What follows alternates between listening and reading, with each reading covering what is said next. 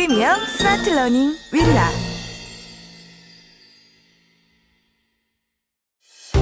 살면서 한 번은 꼭 들어야 할 명강의. 대한민국 명강을 만나다. 본 클립은 강연의 하이라이트입니다. 전체 내용이 궁금하시면 윌라를 검색하세요.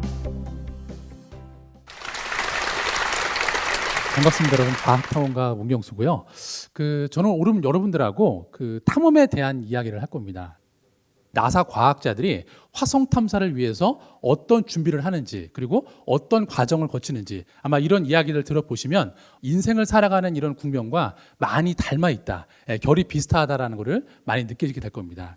여러분께 드릴 이야기의 핵심 맥락 중에 또 다른 하나는 바로 일상적이고 평범한 대상도 우리가 어떤 관점으로 바라보냐에 따라서 그 가치와 의미가 많이 달라질 수 있다. 이런 맥락으로 들어주시면 감사하겠습니다. 우리가 보통 우주 탐사를 한다, 그리고 나사가 화성에 간다, 그러면 많은 분들이 일단 로켓을 떠올립니다. 일단 로켓이 있어야 되겠죠. 자, 그 다음에 그 로켓의 실을 사람이 타고 갈 우주선을 떠올립니다. 그 두 개만 준비가 되면 우주 탐사가 전부 끝난 거라고 생각을 해요. 자, 하지만 여러분 절대 그렇지 않습니다. 자, 일단 첫 번째 미션은요, 최초의 생명체를 찾아서입니다. 자, 결국 그 인류가 이렇게 화성이나 다른 행성에 가려고 하는 이유는 뭐냐면, 이렇게 광활한 우주에 과연 지구에만 생명체가 있을까? 이런 궁극적인 질문을 풀기 위해서 그런 우주 탐사를 계획을 하는 겁니다. 자, 그런 관점에서 어찌 보면 이 질문에 대한 키워드를 하나를 꼽자면 바로 인간의 원초적인 호기심이라고 볼 수가 있습니다. 그래서 이런 호기심을 시작으로 어떻게 과학자들이 지구에서 준비를 하는지 일단 그 현장으로 들어가 보도록 하겠습니다. 어느 날 여느 때처럼 도서관에 갔더니 사서분께서 환한 미소로 저를 부르는 겁니다. 헤이 문, 컴온, 빨리 와보라는 거예요. 왜 그랬더니 드디어 너한테 딱 맞는 책이 나왔대요. 자, 그래서 책을 딱 봤더니 정말 제가 가장 좋아하는 이 우주 생물학이라는 분야의 책이 타이틀로 딱 박혀 있는 겁니다. 자, 그런데 저는 그 책을 받아 들고 나서 사실 온몸에 소름이 돋았습니다. 왜냐? 바로 이 책의 저자였던 나사 우주생물학자였던 마틴 반 크라넨동크 박사가 저자라는 걸 보고 나서 소름이 돋았습니다. 왜냐? 자, 내가 이 사람의 이름을 어디서 많이 본 거예요. 너무나 익숙한 겁니다. 내가 이 사람을 어디서 봤나 떠올려 봤더니 제가 나름 과학 덕후다 보니까 지난 10년 동안 정말 수백 편의 과학 다큐멘터리를 봤습니다.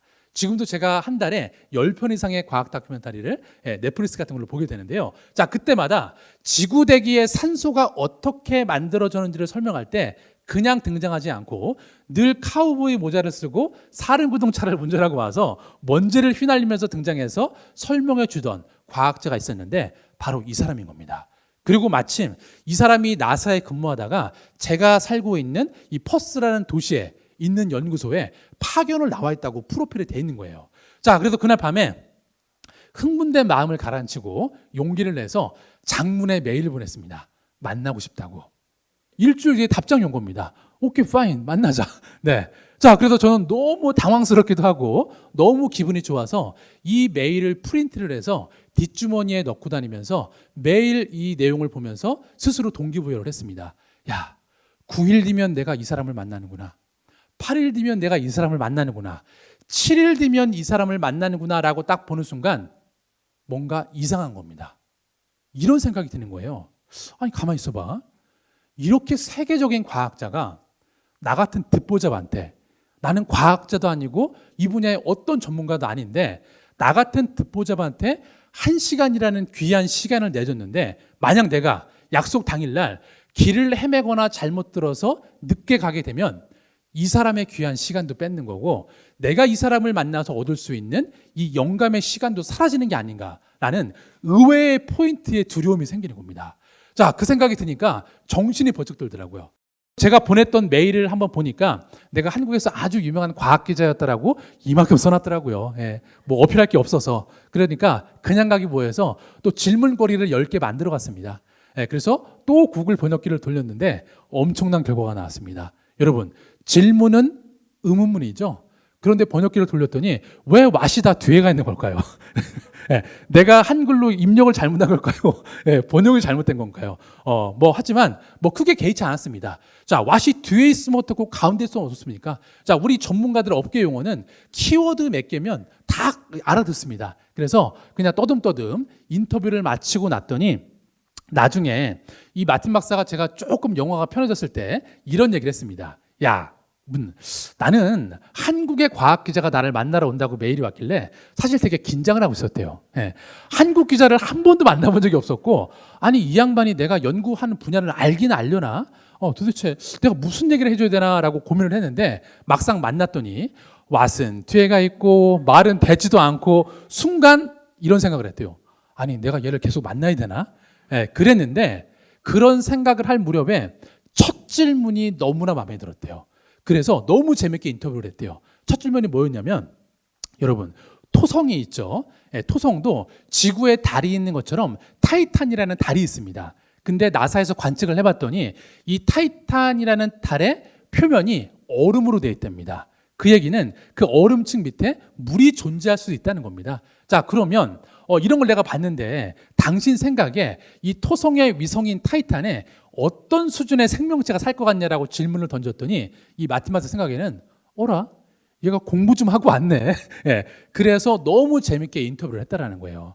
자, 그래서 이렇게 인터뷰를 마치고 난 다음에 이 과학자가 저한테 이런 얘기를 하더라고요. 야, 너 그렇게 멀리 와서 떠듬떠듬 인터뷰하느라 고생했는데 내가 연구소 내부를 한번 다 보여줄게. 따라와. 그래서 2시간 동안 이 연구소 내부를 다 둘러봤습니다. 자, 근데 저한테는 이 공간이 단순한 연구소가 아니었습니다.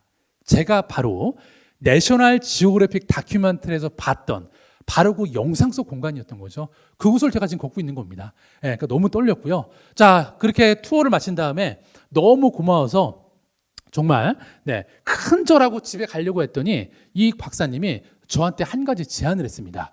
야, 너 잠깐만 기다려. 그러더니 동료랑 가서 뭔가 대화를 하더니 5분 있다 들어왔습니다. 그리고 저한테 야, 보름 뒤에 각 대륙을 대표하는 나사 디렉터들하고 이 호주 퍼스에서 컨퍼런스를 한 다음에 첫 번째로 탐험을 떠날 건데 너 같이 가지 않을래 그러는 거예요. 그래서 아주 우연한 기회에 여행사 조였던 제가 이 나사 탐험대에 좋게 말하면 옵저버 꼽사리를 끼게 된 겁니다. 그러면 이 나사 과학자들이 왜 호주 사막에 탐험을 오느냐? 바로 이 돌멩이 색깔 때문입니다. 여러분, 이 암석의 표면 색깔이 약간 어떤 색깔에 가깝죠? 네, 약간 붉은색이죠. 왜 붉은색일까요? 네, 맞습니다. 바로 산화철, 녹슨철 성분이 많기 때문에 붉은색을 띠고 있는 건데, 하지만 일반인들 눈에는 그냥 빨간 돌입니다. 하지만 나사 과학자들 눈에는 이 지역이 지구상에서 화성이랑 지질학적인 구조가 가장 유사한 지역이다, 유사한 환경이다라고 가정을 하는 겁니다. 그래서 화성 탐사와 관련된 다양한 연구와 훈련들을 이 사막에서 수행을 하게 됩니다. 여기 보면 스트로마톨라이트라고 적혀 있는데 혹시 스트로마톨라이트라고 들어보신 분 계신가요? 간단히만 소개해드리면 이 동그랗게 생겨있는 바위를 스트로마톨라이트라고 부르는데 이 바위 안에 광합성을 해서 산소를 만드는 미생물이 살고 있습니다. 자, 여러분, 그런데 일반적으로 광합성은 누가 하죠? 식물이 하죠. 하지만 이 지구라는 행성에 처음부터 식물이 존재한 건 아닙니다. 자, 그러면 식물이 존재하기 이전에는 이런 박테리아들이 광합성을 해서 그 부산물로 산소를 만들어냈다, 이렇게 과학자들은 추정을 하고 있습니다. 아니, 그러면 산소를 만드는 미생물이 나사의 화성 탐사랑 무슨 관련이 있냐라고 반문할 수 있지만 너무나 중요합니다. 거의 출발점이라고 해도 과언이 아니라는 거죠. 네, 바로 이런 이유 때문인데요. 만약에 사람이 화성에 가서 산다, 그러면 꼭 필요한 거 2가지만 꼽으라면 뭐가 있을까요, 여러분? 공기, 물, 스마트폰은 필요 없나요? 네, 바로 물과 산소겠죠. 그래서 30년 전에 나사 과학자들이 테라포밍이라는 개념을 처음으로 만들었습니다. 야, 이 개념은 뭐냐면 방금 전에 설명드렸던 이 광합성을 해서 산소를 만드는 미생물을 화성에 이식을 하면 수세대가 지나면 화성의 대기가 오늘날의 지구처럼 산소가 풍부한 대기로 바뀌지 않겠냐라고 해서 이 테라포밍 개념을 만들었는데, 사실 이 개념도 처음에는 비난을 많이 받았습니다. 그게 말이 되는 소리냐. 설사 되더라도 이 수세대라는 게 100년이 걸릴 수도 있고 1000년이 걸릴 수도 있고 10,000년이 걸릴 수도 있는데 그 안에 인류가 다 멸종해 버리면 무슨 의미가 있냐는 거죠. 자, 그래서 조금 더 빨리 할 수 있는 이런 대안적인 기술들이 나왔지만 30년이 지난 지금 시점에서 다시 생각을 해봐도 이 방법 외에 현재 화성의 환경을 훼손하지 않은 채 화성 대기를 바꿀 수 있는 방법은 딱히 존재하지 않습니다. 그래서 방금 전에 설명드렸던 이 스트로마톨라이트 연구가 거의 화성 탐사의 거의 출발점이라고 이해하시면 좋을 것 같습니다. 그때 제가 왜 인류가 화성에 가려고 하는지, 그리고 화성에 가기 전에 어떤 준비가 필요한지 짧게 인터뷰를 남겼습니다. 호기심은 인간의 본성이다. 어찌 보면 되게 짧고 일반적인 대답 같지만 이게 어찌 보면 우주 탐사의 목적, 그리고 왜 과학을 하는지, 그거에 대한 가장 적합한 대답이 아닐까라고 생각을 합니다. 자, 여러분, 이 사진은 지난 그 수십 년간 나사가 명왕성의 이미지를 관측한 이미지의 변천사입니다. 그런데 여기를 보시면 96년도에 명왕성을 관측했더니 이런 모습입니다. 도대체 정체를 알 수가 없죠. 이래서 명왕성이 태양계에서 퇴출당한 겁니다.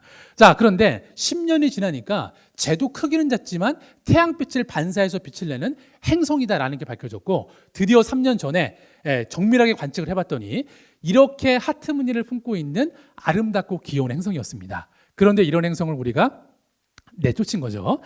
그렇다고 해서 다시 태양계로 들어올 수는 없습니다. 하지만 중요한 거는 여러분, 이 한 장의 이미지를 관측하기 위해서 20년의 시간이 걸렸습니다. 그리고 더 놀라운 거는 이때 같이 프로젝트를 시작했던 과학자들의 멤버가 현 시점에도 거의 변하지 않았다는 겁니다. 어떻게 이런 게 가능할까요? 우리가 뭔가 일을 하려면 하다못해 일이라도 성과가 나야만 일을 할 수 있는 추진 동력이 생기는데, 보시는 것처럼 10년이나 지나야만 가시적인 성과가 나오는 너무나 지루한 게임이라는 거죠. 자, 하지만 그럼에도 불구하고 이런 게 가능했던 이유는 제가 생각하기에는 이 과학자들의 호기심이었을 겁니다. 하지만 그냥 호기심은 아닙니다. 그냥 호기심이 아니라 누가 시켜서 하는 게 아니라 내가 궁금하고 내가 알고 싶으니까 이 문제 내가 꼭 한번 풀어보겠다라는 이 과학자들의 어쩔 수 없는 호기심. 어쩔 수 없는 호기심이 없다라면 이거 아마 억만금을 주고 시켰어도 절대 못했을 겁니다. 그래서 제가 여러분께 오늘 마지막으로 드리고 싶은 메시지는 이건데요. 천문학자 칼 세이건이 한 이야기입니다. 어디선가 굉장한 어떤 것이 알려지길 기다리고 있다라고 말했는데요. 저는 이 문장이 비단 천문학 혹은 우주 탐사에만 해당되는 문장은 아니라고 봅니다. 자, 오늘 여기 자리하신 여러분 개개인이 관심 있어 하는 분야, 그리고 여러분이 지금 사업 아이템으로 갖고 있어 하는 모든 분야, 그리고 제가 앞으로 탐험할 새로운 공간에도 이 문장은 동일하게 적용 가능하다고 생각을 합니다. 하지만 전제 조건은 있습니다. 굉장한 어떤 것이 알려지길 기다리고 있다고 하는데 가만히 있으면 알려질까요, 여러분? 찾아 나서야 되겠죠.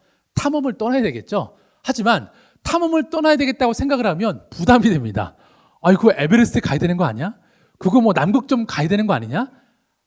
그렇게 하지만 여러분, 탐험이라는 행위가 꼭 인간의 신체적 한계를 극복하는 행위라고 저는 생각하지 않습니다. 이 탐험이라는 행위는 우리 일상 속에서도 우연한 발견, 자, 이를테면 사계절이 변화하는 모습, 그리고 식물이 자라는 모습, 그리고 바람이 피부에 와닿는 그 촉감, 이러한 사소한 것들을 통해서 내 생각이 바뀌고 이 작은 생각이 작은 실천으로 이루어질 수 있다면 저는 이거야말로 우리 시대에 맞는 새로운 탐험의 정의가 아닌가라는 말씀을 드리면서 이야기를 마치겠습니다. 감사합니다. 윌라